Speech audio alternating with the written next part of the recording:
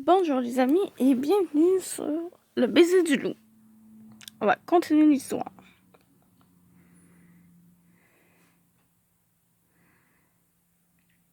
Pas facile d'avoir des opinions différentes dans une même famille lorsqu'on est à la tête du clan. C'est pourquoi il me voit toujours comme une menace. Ça fait aucun doute qu'il pense à m'éliminer. Égal à lui-même, et Bouki sourit. Comment fait-il pour sourire dans ces conditions? C'était si difficile de descendre la face cachée de mon loup. Et pourtant, c'était bien ce mystère qui me poussait à en apprendre davantage sur lui. Mais ne t'en fais pas, il ne va pas rester longtemps ici. Il n'y a pas de quoi s'inquiéter. Pourquoi? Parce que demain sera le premier jour de A, mais c'est vrai que je n'en étais encore rien dit là-dessus. Il s'arrêta soudain pour me faire face. Demain soir, je serai dans l'aile est pour prendre le thé. Je te conseille de te cacher derrière les portes coulissantes en papier et de regarder ce qui va se passer. Tu vas beaucoup t'amuser. Mais avant ça... Il m'attrapa par le bras et me fit entrer dans une pièce non loin de là. Ok. Et tu vas me faire quoi, toi?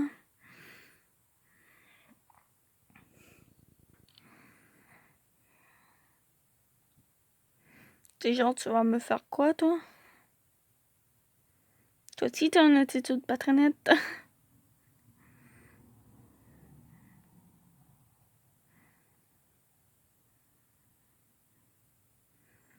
Qu'est-ce qui se passe? Il plaqua mon dos contre le mur et il fit sentir la peau de ma nuque avec profondeur. Tu sens mon ongle et cette pointe de vanille, tu as rencontré Louis. Oui? Comment fait-il pour savoir tout ça rien qu'en sentant mon épiderme? J'étais impressionné par la puissance de son odeur, et bien que je ne me sentais pas coupable d'avoir croisé Louis, je ne pus m'empêcher de rougir lorsqu'il me dit cela. Puis il tira doucement sur mon t-shirt, mettant à jour la marque que j'avais sur la peau. Je vais vérifier qu'il n'ait pas laissé leur odeur autre part. Hein? Rapidement, un bruit de succion retentit dans la salle vide. Il venait de poser sa bouche sur ma poitrine. Tu peux t'assurer qu'ils ne m'ont touché nulle part. Vraiment, tu n'es qu'une humaine. Tu ne peux pas déceler ce genre d'odeur. Mais qu'est-ce qu'il raconte? Si je te marquais de nouveau de mon parfum. Une subtile odeur de fleurs de cerisier m'enveloppa. Et plus il m'a mordu à l'oreille, plus ce parfum gagnait en intensité. Qu'est-ce que vous faites là? Geka venait d'entrer dans la pièce en poussant un profond soupir. Et Bouki m'entoura de ses bras et fit face à son ami. Serais-tu jaloux? Pas du tout. Il est bientôt l'heure de passer à table. Tu ferais mieux d'aller te préparer. Ah, c'était donc pour ça que tu es là. Non. Pas du tout. Je suis sûre que non. 100% non.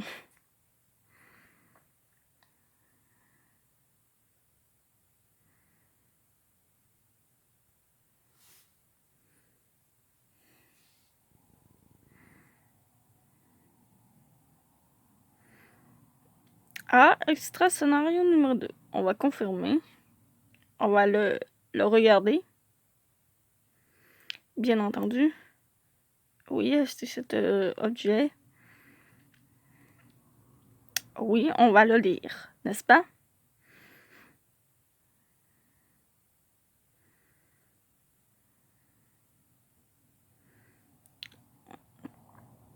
Et je vais te marquer de nouveau de mon parfum. Il releva mon haut et mon soutien-gorge avant d'approcher son visage de mes seins. On va faire ça ici. Ils sont si petits, c'est trop mignon. Ses cheveux vinrent doucement chatouiller ma poitrine. Soudain, mon corps se raidit. Il venait de faire tourner une première fois sa langue autour de mon téton. Délicieux. Il savait pertinemment où viser. Très vite, mon bassin se mit à onduler de lui-même. J'avais tellement chaud. Mais qu'est-ce qu'il fait, lui? J'avais l'impression de prendre feu. Peut-être était-ce parce que jamais personne n'avait touché mon corps auparavant, ou alors était-ce parce qu'il était foncièrement doué. Je n'en avais aucune idée. Toujours était-il que ces caresses étaient particulièrement agréables.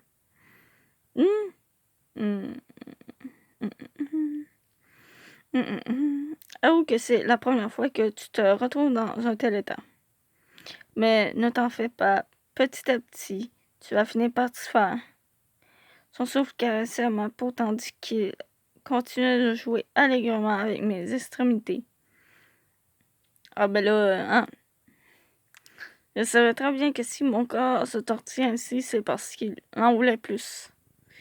Ton odeur a gagné en intensité. Je remercie mon odorat qui me permet de m'imprégner entièrement de toi. Bien sûr, un simple être humain ne pourrait jamais sentir ce que je sens. Ça prouve une fois de plus que tu es mienne. Ibuki, il n'est pas obligé de tout décrire comme ça. Il me sourit comme s'il venait de lire en moi. Ce que je sens, ton odeur, Ariel. Elle est si sucrée, c'est tellement excitant. Attends, what? Ah ben non, ça va sous ma jupe en disant cela. Une fois arrivé à mon entrejambe, il commençait à me masturber par-dessus le tissu de ma culotte. Oh, du Piggy 18. Ah, c'est du Piggy 18. Pourquoi est-ce l'impression que tu résistes? Laisse-toi aller au plaisir. Il jouait avec moi. J'étais totalement sous son emprise.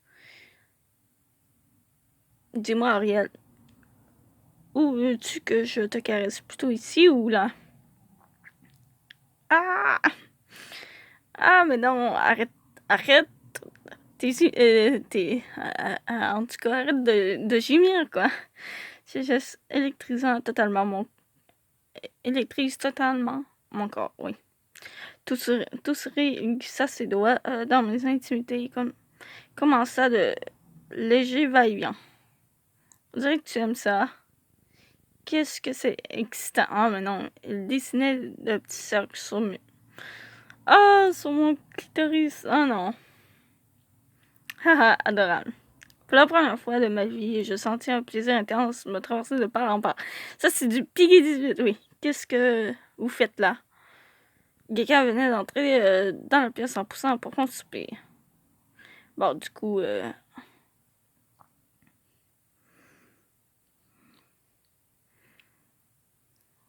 mhm,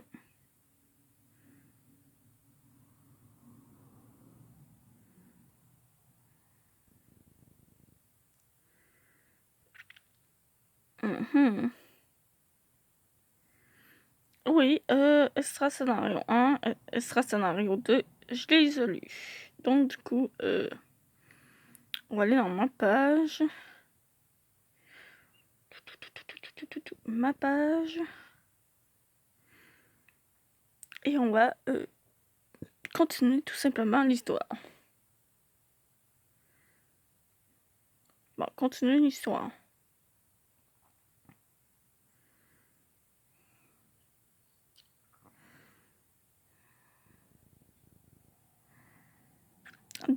Désolé, Ariel, mais ça ne sera pour une prochaine fois. N'oublie pas ce que je t'ai dit pour demain soir. Il me souffla ces quelques mots avant de disparaître dans le couloir. Instinctivement, je passais ma main sur ma marque. Je ne suis pas encore tout à fait prête pour franchir le cap. Heureusement que Geka est arrivé finalement. Sinon, on aurait fini par... Je mis rapidement de l'ordre dans mes habits avant de sortir à mon tour, cherchant d'un geste de tête les pensées qui me restaient de notre échange. Soudain, Geka, qu'est-ce que tu fais encore là? Il était planté là, au beau milieu du couloir. Qu'est-ce que tu penses d'Ibuki? C'est-à-dire...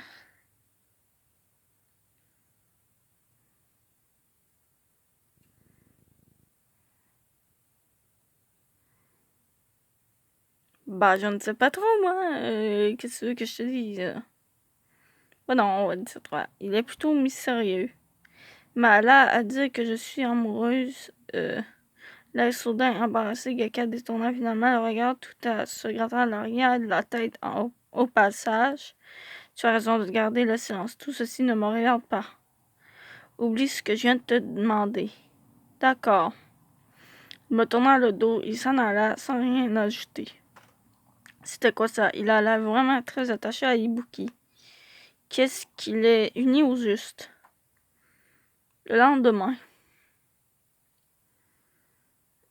Demain soir, je serai dans l'île Est pour prendre le thé. Je te conseille de te cacher derrière les portes coulissantes en papier, de regarder ce qui va se passer. Tu vas beaucoup t'amuser. Non, je pense pas. Intrigué par ce qu'il m'avait dit, la veille, j'étais rentré au manoir à 4e vitesse. C'est ici? Je me glissais dans l'une des pièces adjacentes et entendis des voix s'élever de l'autre côté des parois coulissantes en papier. J'ouvris légèrement l'un des pans et n'en crus pas mes yeux. Qu'est-ce que ça veut dire? Difficile de croire ce qui était en train de se passer juste devant moi. J'en avalais même ma salive de travers. Qu'est-ce qui se passe? Est-ce que je peux savoir qu'est-ce qui se passe? Est-ce que je peux savoir qu'est-ce qui se passe? On va continuer l'histoire. C'est là qu'on va savoir, j'imagine.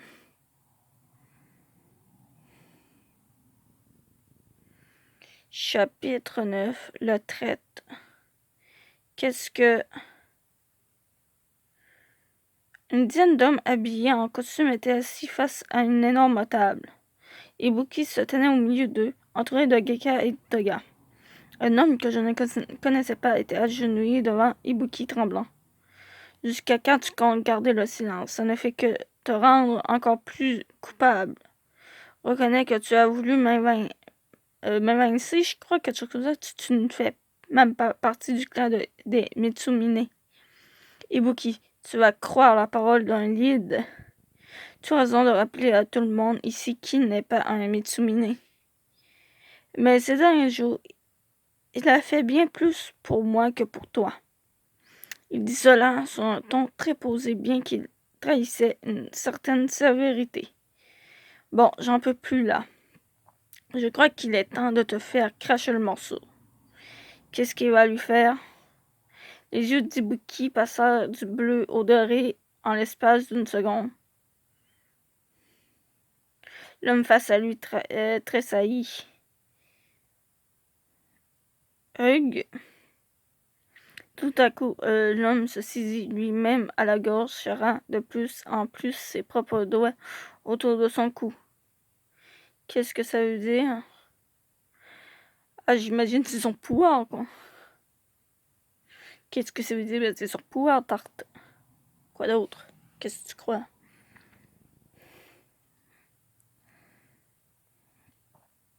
Continue l'histoire.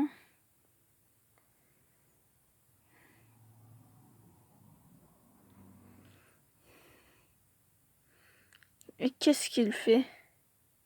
Je ne pouvais pas détourner les yeux de la scène qui se déroulait devant moi. Ah! Peu à peu, le visage de l'individu sembla virer au bleu. Ibuki le regardait sans rien laisser transparaître. Mais il va mourir. Et alors que je criais haut et fort ces quelques mots au fond de moi, Ibuki détourna le regard et l'homme s'effondra à terre. Coff, coff. Là, quelque chose me dit que tu vas être plus bavard maintenant. Étrangement, l'homme se mit à doucement rire avant de prendre une profonde inspiration. Qu'est-ce que tu fais? Soudain, une voix me parvint de derrière moi. Chut. Ivan. Coucou, chaperon rouge. Il me fit un clin d'œil tout en murmurant ces quelques mots. Il se positionna ensuite à mes côtés et jeta un rapide coup d'œil à ce qui était en train de se passer dans la pièce adjacente.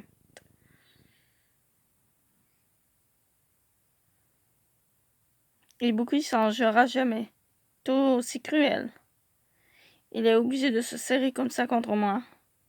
L'individu s'était prosterné devant Ibuki et parlait à toute vitesse, son front collé au sol. C'est un des hommes de main de l'oncle à Ibuki. Celui-là même qui voudrait changer les règles du clan.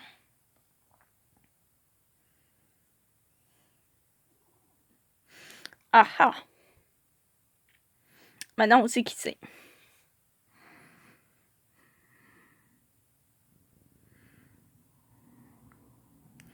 Et oui, c'est comme ça qu'on termine. Pour le moment, même si j'ai d'autres tickets de scénario, on termine comme ceci. Donc, je vous dis à plus et on se retrouvera dans une autre vidéo.